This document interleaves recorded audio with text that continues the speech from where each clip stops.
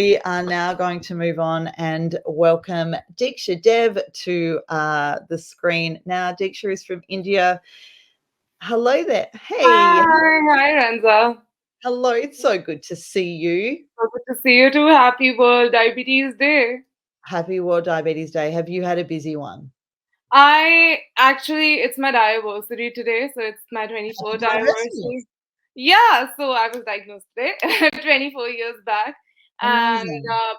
yeah, it's been a celebratory mood, but I'm Yes. looking forward to this more than anything else. Oh, well, that's fantastic. And you're speaking about an incredibly important topic, and that's mental health.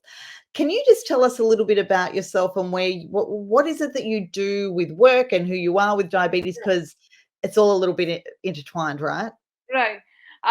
So I'm Deeksha and I've been living with type 1 for last 24 years. I just completed 23rd year and I entered into my 24 year. I am a counseling psychologist. I never wanted to get into the field of diabetes, but I ended up somehow, it was fated. Um, my niche is working with diabetes, stress, and burnout because while interning, I realized that most of the people do not adhere to treatment because they're burnt out. They don't Yeah, realize that it's a chronic condition and it's relentless, and you have to live with it for the rest of your life, and it's just going to come and bite you at some point of time. It's going to feel overwhelming. yeah, And that causes a lot of stress, which leads to you not taking care of yourself, in turn, having frustration of having diabetes, and so on and so forth. So, I mostly work with people, sit down with them because lived experience, works. You have a hypo, I have a hypo. I understand where you're coming from. So I just sit down with them. We find ways for them to kind of get habituated and not get burnt out. How can they just, not reach that edge of burnout or distress? That's what I yeah, work on. And even if you have reached there, we'll just pull you out. I'll yeah. handhold you. I'll be at the end of the tunnel with a torch. Come find me. How are conversations around mental health and well-being received? Do you sometimes sort of have to, really encourage those conversations to happen, or are people very, very open to them? Absolutely. I mean, it's still so stigmatized. I feel it's such an Yeah, intersectional thing. It's so layered because mental health is already stigmatized and diabetes is stigmatized as well. So when yeah, they both are combined, it's like you are tearing into double the stigma. You have to sit down and sometimes pinpoint that, this might be the reason. yeah, Sometimes just not keeping the torch on works. You have to like literally handhold them and pull that, all right, there's something not right, and it might be because of not just diabetes but other layers also. It might yeah, be because the surroundings are they're surrounded by people who are more on the lines of diabetes bullies. yeah. They're constantly telling them, don't do this, don't eat.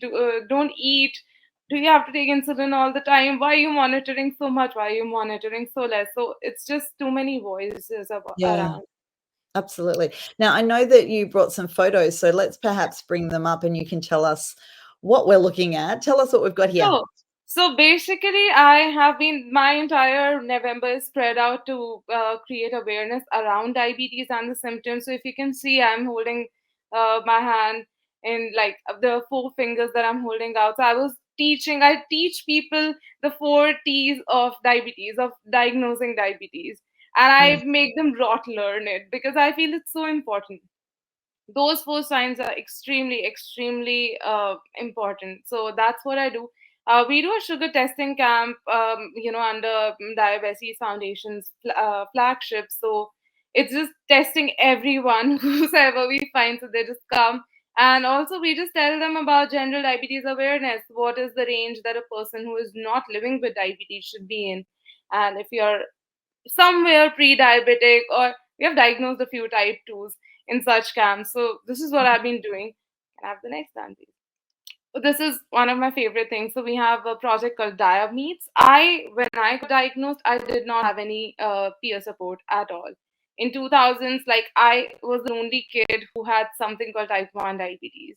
At Diabetes, the best part is that we do these support group parties, and I get to meet these amazing children who are living with diabetes, and they get the support from the very beginning. that I and probably most of us did not get.